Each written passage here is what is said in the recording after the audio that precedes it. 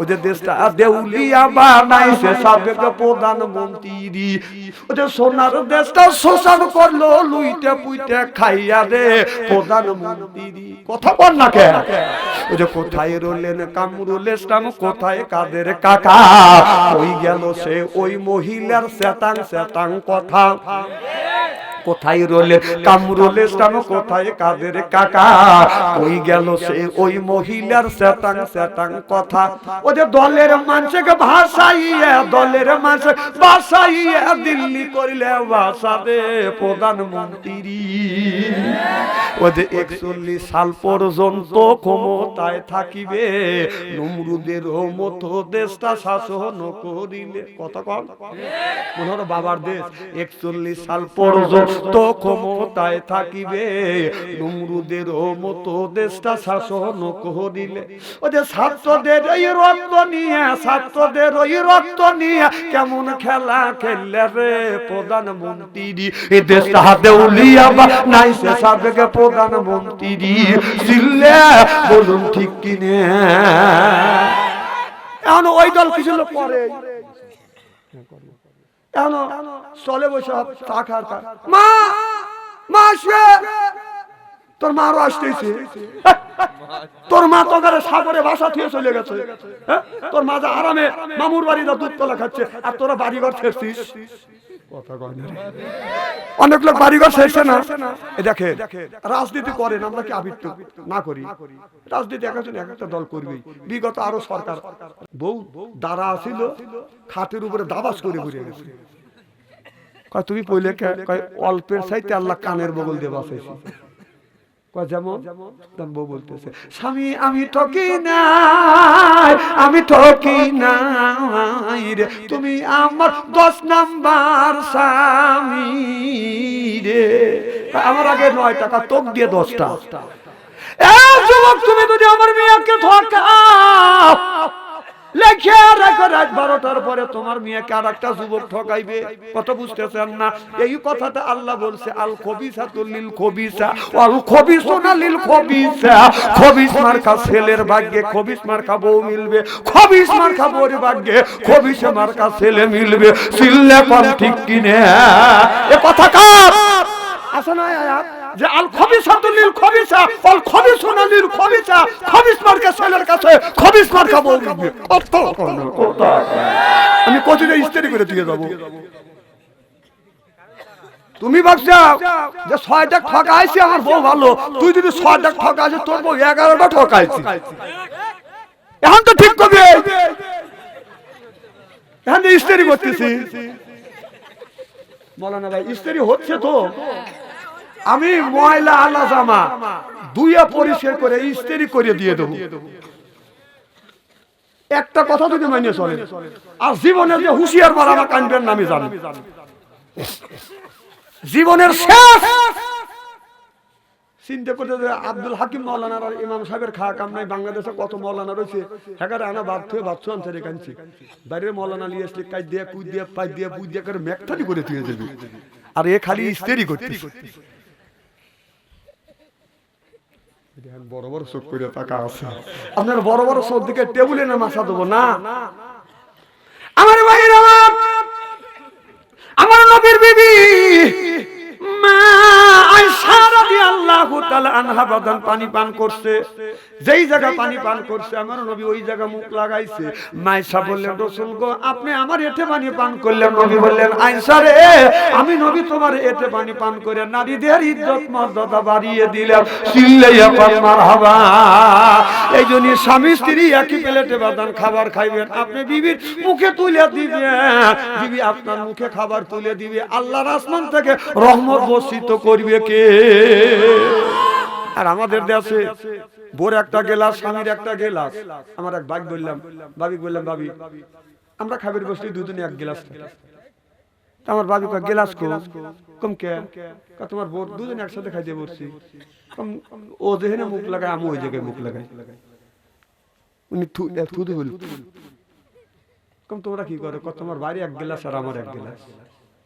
কম বাড়ি গেলাসে পানি খেলে কি কয়? ও খাইছে বিড়ি, ওই জগ খা, ওর জীবন নাই রক্ষা। আমি মরবো নাকি ওটা খায়া? চিন্তা করছে রাসূল সাল্লাল্লাহু আলাইহি সাল্লাম বিবি যে জায়গা মুখ লাগাইছে এতে পানি পান করছে সুবহানাল্লাহ কোন হাত দিয়ে কাট খায়া রাখা দিয়েছে রাসূল সাল্লাল্লাহু আলাইহি সাল্লাম পুনরায় ওই হাত দিয়ে এসে খাইছে কি ভাই কথা কয় না পাবলিক বিবিকে মর্যাদা দেওয়া শেখো বড় ভালোবাসা শেখো মা বোনেরা শুনে বলতেছে হুজুর ভালো করে ইস্তেরি করে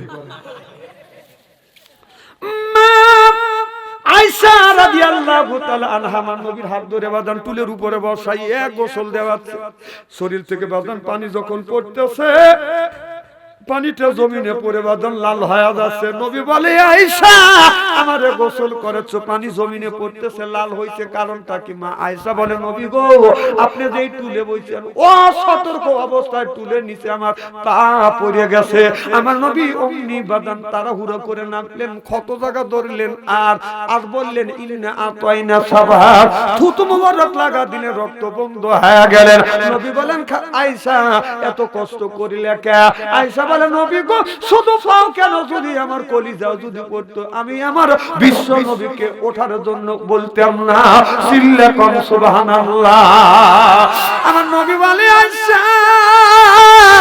তাম পৃথিবীর নারীদেরকে জানা দিও তাম পৃথিবীর নারীদেরকে জানা দিও কেউ যদি তার স্বামীকে যদি সুন্দর করে গোসল দেওয়া দেয় স্বামীকে যদি গোসল দেওয়া দেয় এক ফোঁটার পানি যখন স্বামীর গায়ে পড়বে একটা নকি স্বামীর গা থেকে পানির ফোঁটা বায়া বায়া জমিনে পড়লে একটা ফোঁটায় আল্লাহ 10-10টা করে নেকি দিয়ে দিবে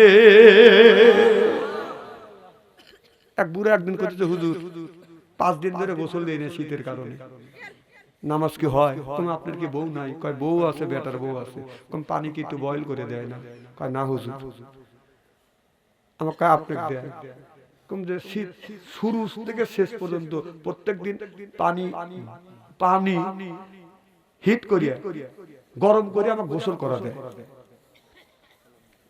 একা একাই যায়ও স্ত্রী করবেন না সোহে দেখে না কানা বক্তাইছি আমি যে সোহে দেখি কাছে যদি কমে দেখি ফাঁকে ঠিক মতোই দেখি কি জানে বলতেছিলাম খুব খারাপ লাগতেছে নাকি মারব একটু জোরে কর তো এখন গরম পানি গোসল দিবে আর বাড়ির যা বউ বলতেছে বউ না তুই তো বউ বল তুই আমার তৌ কোচ কে তুমি তৌ কা তুই বউ না তৌ 30-40 বছর ধরে তোর সাথে ঘর সংসার করতেছি একটা দিনে তো পানি গরম করে বয়েল করে আমাকে গোসল করা দিলি না বউ কয় এত শখ করে শক্ত করে বিশ্বাস করেন ভাই বাঁশের খড়ি দিয়ে 15 মিনিট পরে পানি সিদ্ধ করছে তাহলে হাত দিয়ে দেখা লাগে যে ওই পানি মানুষের গায়ে শোবে কি শোবে না এই পানি টকবক করতেছে ও যে সোলা পাটখড়ি সোলা বোঝেন না পাটখড়ি এটা যে ঝোপের বেড়া দিচ্ছে স্বামী পেশাব মানে গোসলের আগে পেশাব করে বইছে তো স্বামী পানি ওই যে গরম করতেছে টকবক করতেছে বউ ভাবতেছে আমাকে গোসল করার লেগে গরম পানি দিয়ে গোসল করার লেগে পৌঁছেছে নিচে ওদের পেশাব করে বসে বউ ওটা জানে যে গরম পানি করছি ওখান গোসল দেওয়ার লেগে পজিশন নিচ্ছে এক বন্যা পানি পিছনে নিয়ে এসে এক বন্যা তুলছি তুলে গাড়ির উপরে যখন দিছে ও গাড়ির উপর পড়ছে ও মা কয় উমুদ কয়ে বেড়া ভাঙি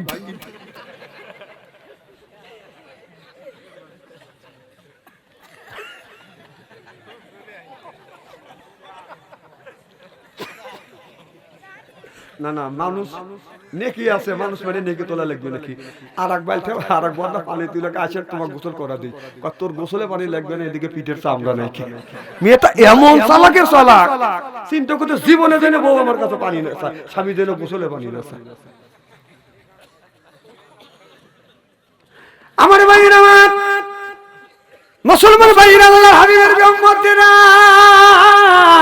ভালো করে লক্ষ্য করে শুনুন আমলে নিয়তে বাদান শুনতে হবে বাদান বামলে নিয়তে শুনতে হবে ওই যে সালেহ আলাইহিস সালামের ঘটনা বাদান শুনছেন মনে আছে সালেহ আলাইহিস সালাম ওই সময় থেকে বাদান মূর্তি পূজা বাদান চালু হয়ে গেল এবার সালেহ আলাইহিস সালাম বলে তোমরা মূর্তি পূজা কইরো না আল্লাহ কিন্তু এটা আপনার বরদস্ত করে না ওখান থেকে মাজার পূজার বাদান চালু হয়ে গেল কথা বুঝতেছেন না আমাদের দেশের যত মাজার পূজা শুরু হয়ে গেছে কোন নবী রাসূল থেকে বাদান শুরু হয় নাই মাজার পূজা চালু হইছে আল্লাহর ওলিদের থেকে এই জন্য আপনি বাবা সাবধান হয়ে যান মাজারে আপনিও যাবেন না, ছেলেকেও যাইতে দিবেন না। মাজারে যাওয়া আমরা নিষেধ করি না, আপনি মাজারে যাবেন। মাজার হলো জিয়ারতের জায়গা, মাজার ওই জায়গা বা দান সেজদা দেওয়ার জায়গা না। এই জন্য মনে রাখবেন, মাজারে আপনার সেজদা দেওয়ার জায়গা না, জিয়ারত করবেন, দোয়া করবেন, এটা করা যাবে, কিন্তু মাথা নত করা যাবে না। মাথা যদি নত করতে হয়, কার কাছে মাথা নত করতে হবে? লিল্লাহি রাব্বিল আলামিন, আল্লাহর কাছে মাথা নত করবে। সালেহ আলাইহিস সালাম যখন বলল তোমরা এই কাজ করো না, মূর্তির কাছে মাথা নত করো না, এবার সালেহ আলাইহিস সালামের লোকেরা বলল আমাদের ভগবান কথা কয়। এবার হযরতে সালেহ আলাইহিস সালাম বলে ভগবান কথা কয় না, কথা কয় হলো আমার আল্লাহ। জোরে কোন সুবহানাল্লাহ। কথা কয় কে? সালেহ আলাইহিস সালামের সাথে চ্যালেঞ্জ করলেন। সালেহ আলাইহিস সালাম বলল তোমাদের ভগবান যদি কথা কয় আমাকে কথা শোনাও। ভাই উঠে চলে যাচ্ছেন,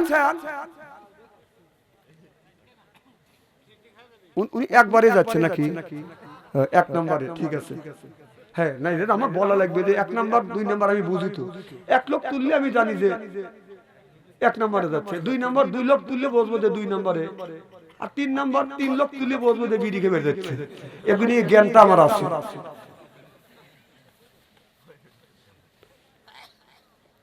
কাছের থেকে লোক উঠে গেলে বক্তার খারাপ লাগে। এবি আপনারা যত মানুষ হয়েছে, আল্লাহ এই গ্রামে তুমি রহমত আর বরকত দিয়ে পরিপূর্ণ করে দাও, আমিন কর। মসজিদ মুখী বানা দাও, আমিন কর। আমার ভাইয়ের আমার এবার সালেহ আলাইহিস সালামকে নিয়ে এবার তারা চলে গেল মূর্তির কাছে। যা মূর্তির কাছে যা বলতেছে মঙ্গলকালী, বর্ধকালী, সুদর্শকালী, অং অং শান্তি, গং গং শান্তি, রাম রাম অং শান্তি, অং শান্তি, অং ফর ফরাই লাইলুং মুহাম্মদ। ভগবান কথা কয় না, ভগবান এইরকম করে আছে। সালেহ আলাইহিস সালাম কয় যে এত কথা মন্ত্র বললে তোমার ভগবান খালি এইরকম করে আছে, চোখও টিপ দেয় না। তখন ওই পাঁচজন লোক লজ্জা পাইল। তে বললো যে আমাদের ভগবান কথা বললো না, তোমার আল্লাহ কথা কয়, তুমি কথা কও। হযরতে সালেহ আলাইহিস সালাম আল্লাহর কাছে দরখাস্ত করলো, আল্লাহ তুমি আমার সাথে কথা কও। এরা যেন শুনে। আল্লাহ সালেহ আলাইহিস সালামের সাথে কথা বললেন। তারা কজন যে কজন লোক ছিল তারা নিজ কানে শুনলো। সুবহানাল্লাহ, একটু জোরে কর। সালেহ আলাইহিস সালাম বলে তোর ভগবান কথা বললো না, আমার আল্লাহ কথা বলছে, তোরা কি শুনছিস? বলে হে শুনছি। তাহলে কলমা পড়ে মুসলমান হওয়া কেন? অত সহজে না। তাহলে একটা কাজ করো, ওই যে পাহাড় দেখা যাচ্ছে, পাহাড়ের মধ্যে থেকে তোমার আল্লাহ যদি এতই পারে, পাহাড়ের মধ্যে থেকে একটা গাভী উট বের করে নিয়ে আইসো। মহিলা উট কথা বুঝতেছেন না। সালেহ আলাইহিস সালাম আল্লাহর কাছে দোয়া করবে, এমন সময় বলতেছে না না, পাহাড়ের ভিতরে উট থাকতে পারে। ওই যে একটা পাথর দেখা যায়, ওই পাথরের মধ্যে থেকে তুমি একটা উটটা বের করতে কও তোমার আল্লাহকে। সালেহ আলাইহিস সালাম দোয়া করবে। তারা বলতেছে না, এটা মানি না। আরেকজন বলে ওই যে পাথর আছে, এই পাথরটা এরকম করে গড়াইলো। কথা বুঝতেছেন না? গড়াইলো, গড়াইয়া বলতেছে এই পাথরের মধ্যে থেকে তোমার আল্লাহকে বলো যেন একটা মহিলা উট যেন বের করে দেয়।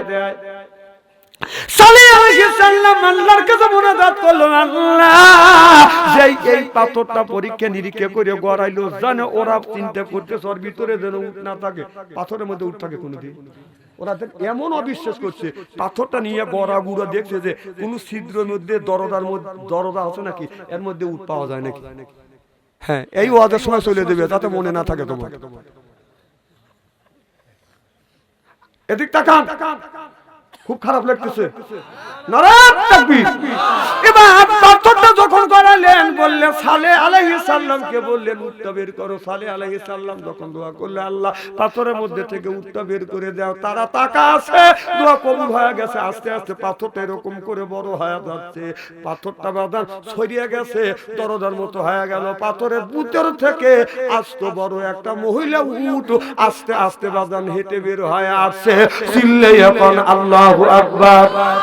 ওরা এই দৃশ্য দেখলে উটের কাছে যায়, এইরকম করে উটের মাথা হাতায়, পা হাতায়, নিজ হাতায় সব কিছু আছে, চারটা বানো ঠিক আছে। মহিলা উট বুঝতেছেন না, বলে মহিলা উট, এই উটের ভিতর থেকে তুমি দুধ বাইর করো। সালেহ আলাইহিস সালাম বলে এত বাচ্চা হবে না যদি পেটে বিষ যদি না দেওয়া যায়। কথা বুঝতেছেন না, এত বড়ই না, গাভী তো হয় নাই, দুধ দিবে কেমনে? কয় তোমার আল্লাহ পাথরের মধ্যে থেকে উট বাইর করে যদি দিতে না পারে, দিতে যদি পারে উট কেন দুধ কেন হবে না?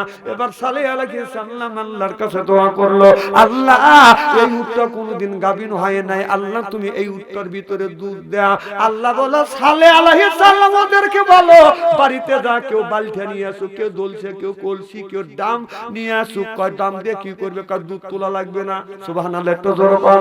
সালেহ আলাইহিস সালাম যখন বললো, ওরা বাড়ির মধ্যে থেকে কেউ বালছে, কেউ দলছি, কেউ ডিশ, কেউ বাদান আপনার কলসি নিয়ে আসলো, কেউ ডাম নিয়ে আসলো।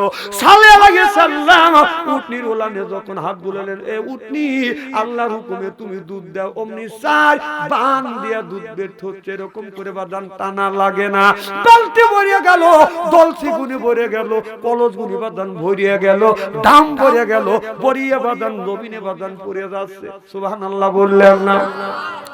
ওই জামানার লোকেরা বলল, ও সালেহ আলাইহিস সালাম একটা কাজ করো।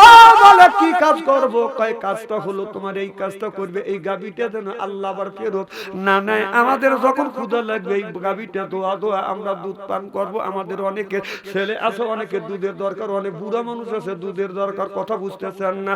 আল্লাহ তো নিয়ামতের জিনিস দিছে, হাত লাগালে তো দুধ বের হয়। হযরত সালেহ আলাইহিস সালাম আল্লাহর কাছে বলল, আল্লাহ এই উটটা তুমি নিয়ে যাও না।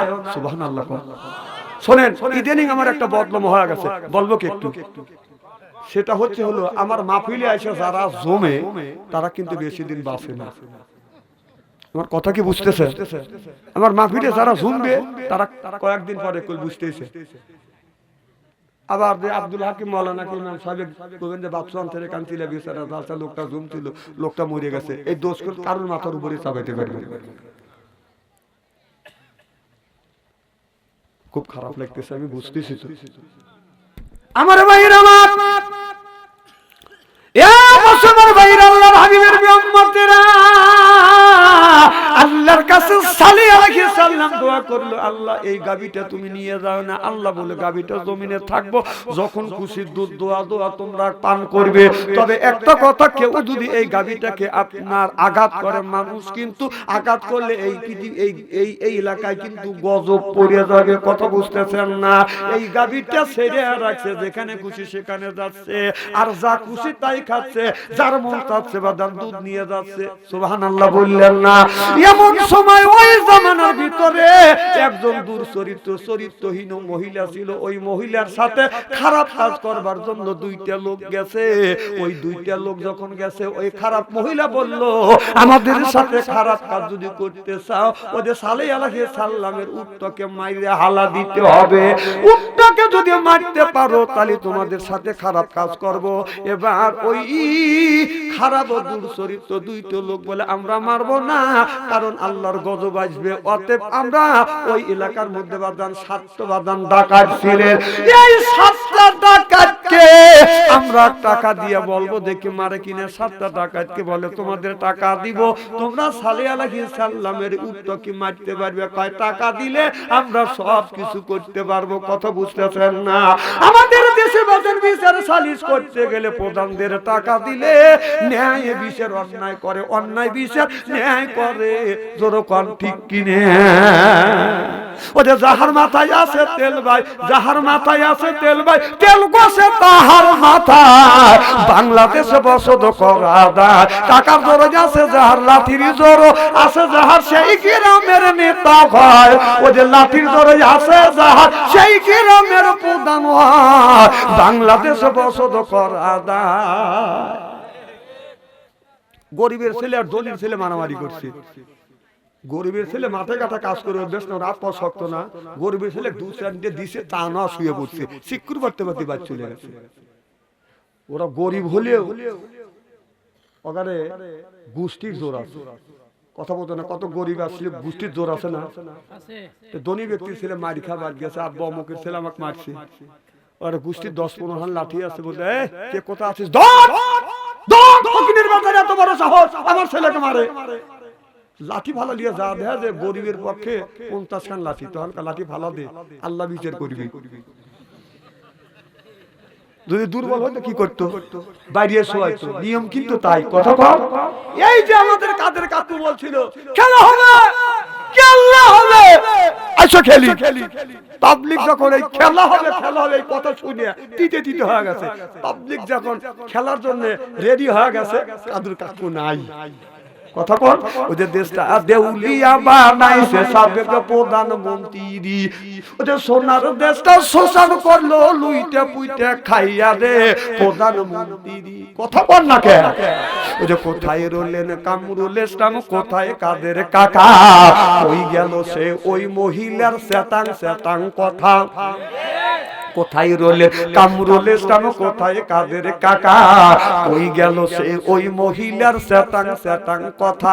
ও যে দলের মানুষকে ভাষাইয়া, দলের মানুষ ভাষাইয়া দিল্লি করিলে ভাষাবে প্রধানমন্ত্রী। ও যে 41 সাল পর্যন্ত ক্ষমতায় থাকিবে, নমরুদের মতো দেশটা শাসন করিলে। কথা কম, মনে হলো বাবার দেশ 41 সাল পর্যন্ত ক্ষমতায় থাকিবে, নমরুদের মতো দেশটা শাসন করিলে। ওদের ছাত্রদের এই রক্ত নিয়ে, ছাত্রদের ওই রক্ত নিয়ে কেমন খেলা খেললে রে প্রধানমন্ত্রী। এই দেশটা দেউলিয়া বানাইছে সাবেক প্রধানমন্ত্রী, ছিললে বলুন ঠিক কিনে। এখন ওই দল কিছু লোক পরে চলে বসে চা খার, মা মা আসবে, তোর মা আরো আসতেছে, তোর মা তো সাগরে বাসা থেকে চলে গেছে, তোর মা যা আরামে মামুর বাড়িতে দুধ কলা খাচ্ছে, আর তোরা বাড়িঘর ছেড়ছিস। অনেক লোক বাড়িঘর ছেড়ছে না। দেখে রাজনীতি করেন, আমরা কি আবৃত্ত না করি? রাজনীতি একজন এক একটা দল করবে। বিগত আরো সরকার, আপনাদের দেশের ছেলে ক্ষমতা ছিল না, জিয়া রহমান, কথা কয় না, ছিল না? তারা কি পলাইছিল? পলায় নাই। ইরশাদের লোকও পলায় নাই, তারা দেশেই আছিল। আর এমন পচা রাজনীতি করলে তারা পলায় নাই। তোমার নেত্রী চলে গেল, তোরা বাড়িঘর চললি। এই পচা রাজনীতি করবি কে? না না, সে রাজনীতি করে বাড়ি থাকা যায় না, সেই রাজনীতি কেন করবি? এখন ওই তো ফাঁকে যা দোয়া ইউজ করতেছ। ডাক্তার ইন্নু যতদিন আছে একদিন দোয়া ইউজ করতে থাকো। কথা বুঝেন? ডাক্তার ইন্নু যতদিন আছে একদিন দোয়া ইউজ করে। যদি নির্বাচিত সরকার আসে, যদি ইটের তেল দিয়ে থাকো, পাথরের তেল খাওয়া লাগবে, পাথরের তেল। এইটুকু কইলাম। হ্যাঁ, এই দেখেন আল্লাহ কোরআনের মধ্যে বলছে ওয়াজালনা লিল মুত্তাকিনা ইমামা, একটা নেককার পরহেজগার বানাও, ইমাম বানাও। সেই ইমামটা হলো ওয়াটের ইমাম, সেটা হলো মেম্বার, ইউনিয়নের ইমাম সেটা হলো চেয়ারম্যান, আর থানার ইমাম সেটা হলো এমপি। সেইটা বানা দেয় নাই, জোর করে ভোট নিয়ে নিছে। এই যে ছোট ছোট ফাল আগে 18-20 বছর বয়স, ওরা জানে যে ভোট মানে কারি ছিঁড়ে। সুস্থ যে ভোট আছে ওরা তো জানেই না। কে বাবা তোমরা জানো? এমন করে থিয়ে গেছে। বাংলাদেশে আর ওই রাজনীতি আসবে না। আমাদের এলাকায় আর যদি ঘন্টাখানে আলোচনা করে আসেন ঠিক আপনারা, নারায়ণ তাকবীর। আমার জীবনের শেষ ওয়াজ তো এখানে, এই জিনিস শেষ ওয়াজ করে দেয়। তো শোনেন, তো আমাদের এলাকার বুড়ো মানুষ ভোট দিবের কাছে জীবনের শেষ বোঝ দুইয়ে যায়, কখন মরি কখন বাঁচি। মানে গেছে ক বাবা কইতেছে, ও চাচা তোমার ভোট হয়েছে। ক কি বাবু? কয় খালি তোমার ভোট হয় না, চাচি আমারও ভোট হয়েছে। কও কি বাবু, তোমার চাচি না 6 মাস আগে মরিয়ে গেছে, এসে ভোট দিয়ে গেল, আমার সাথে দেখা করল না। লোকটা ওখানে গরিবের শিক্ষক। পুলিশ টলিশ আইসা কি হয়েছে চাচা, কে আপনাকে গালি দিছে? কোন আইনের আওতা নিয়ে যাবো। কয় বাবা ভোট দিবের লেগে আছে, 6 মাস আগে তোমার চাচি মরিয়ে গেছে, তোমার চাচি এসে ভোট দিয়ে গেল, আমার সাথে দেখা করলো না, তুমি নিজ বিচার করো। পুলিশ লাখে কাপুল্য হরে আর কয় সি সি সি, এমন দেশের সরকারের বিচার মানে ভোট নিতেছে, মরা মানুষের ভোট হয়। কত কয় না, কত জোর করে করে ভোট নিছে। এখন গ্রাম ছেড়ে ছেড়ে বউ বাচ্চা থুয়ে ফাঁকে বলা রয়েছে, আর দোয়া ইউজ করতেছ। পড়ো সূরা ইয়াসিন বললে তো কাম হবে না। কথা কয় সময় মতো তোমাদের ঠিক মতোই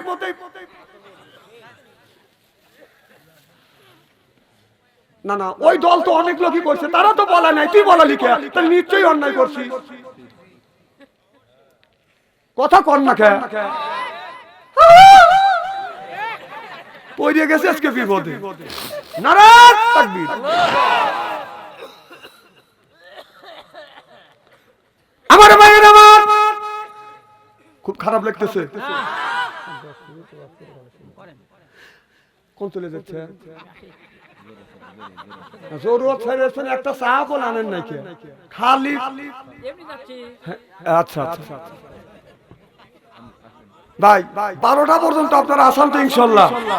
আসান তো? নারাজ তাকবীর। আমার ভাইয়ের আমার আল্লাহ বললেন, কত রব্বুকা হে বান্দা, আমার দাসত্ব করো, আল্লাহ তাবুদু, আমার গোলামি করো, ইল্লা ইয়াহু, আমার বন্দেগী করো, অবিল ওয়ালিদাইনি ইহসানা। আল্লাহ বলে, বান্দা আমার দাসত্ব আমার গোলামি করবার পরে তোমরা তোমার নিজ নিজ পিতামাতার খেদমত করো। কথা কা আজকে মা হইছে বুড়ি, গার যাইতে আমার বুড়ি বাবা হলো বুড়ো, পিঠের উপর ধরে ধরে বুড়ো, শ্বশুর হচ্ছে আব্বাজান, শাশুড়ি হচ্ছে আম্মাজান, পিয়ার বিয়ে করছে পিয়ার আজান, ওরাই সব জানের জান, পরানের পরান, জোর কর ঠিক কিনা? মার কথা লাগে না ভালো, শাশুড়ির কথা মিষ্টি, বাবার কথা নিমতিতে, শ্বশুরের কথা আজকে মা বাবার পায়ে হাত থেকে চুমো খায় না, শ্বশুর বাড়ি যা খামচা খামচি করে। মা বাবার পায়ে হাত থেকে চুমো খাইলে কেসমত খুলে যায়, কিন্তু মা বাবার পায়ে হাত দেয়া চুমা খায় না, শ্বশুর বাড়ি যা খালি খামচা খামচি করে। নেকি আছে কোথায়, নেকি খোঁজে কোথায়, নেকি রয়েছে কোথায়, নেকি তালাশ করে কোথায়? কথা কর।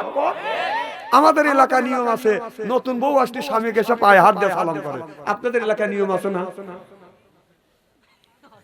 আছে আছে, কিছু কিছু জায়গা আছে না? না না, স্বামী পায়ে হাত দিয়ে বিবি যদি সালাম করে, এটা যদি বিবির নেকির দরকার হয়, স্বামীর নেকির দরকার আছে না? কথা বল। তাহলে বিবি যদি এইরকম করে হাত দিয়ে যদি স্বামীর পায়ে হাত দিয়ে যদি সালাম করে, বিবি নেকি বললো, তাহলে স্বামীরও বেহেশতে তার অধিকার আছে, নেকির দরকার আছে। তাহলে বিবি যদি 10 দিন দেয়, স্বামী একদিন কি বিবির পা ধরে সালাম করে পারে না?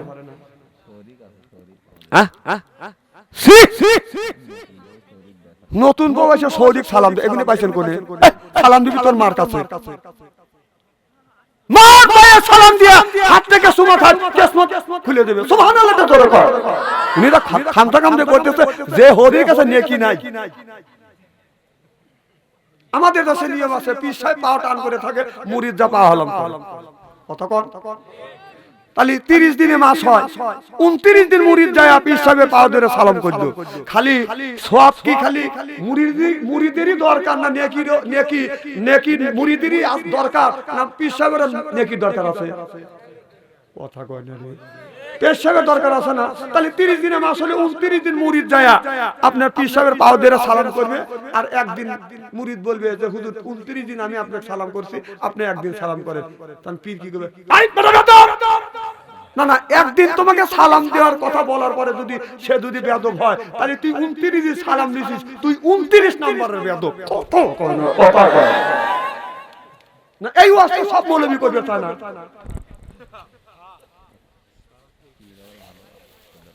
না না, ভালো পীর তো অবশ্যই আছে,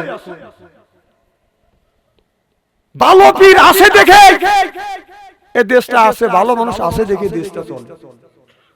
এই জন্য এমন জায়গা মুরিদ হবে যেখানে গেলে হাজার হাজার আলেম ওলামা আছে, একজন দুজন আলেম ওলামা ভুল করতে পারে, শত শত আলেম ওলামা ভুল করে না। ওই যে পা ধরে হালাম করে ওই পীর সাহেবের কাছে যায় না।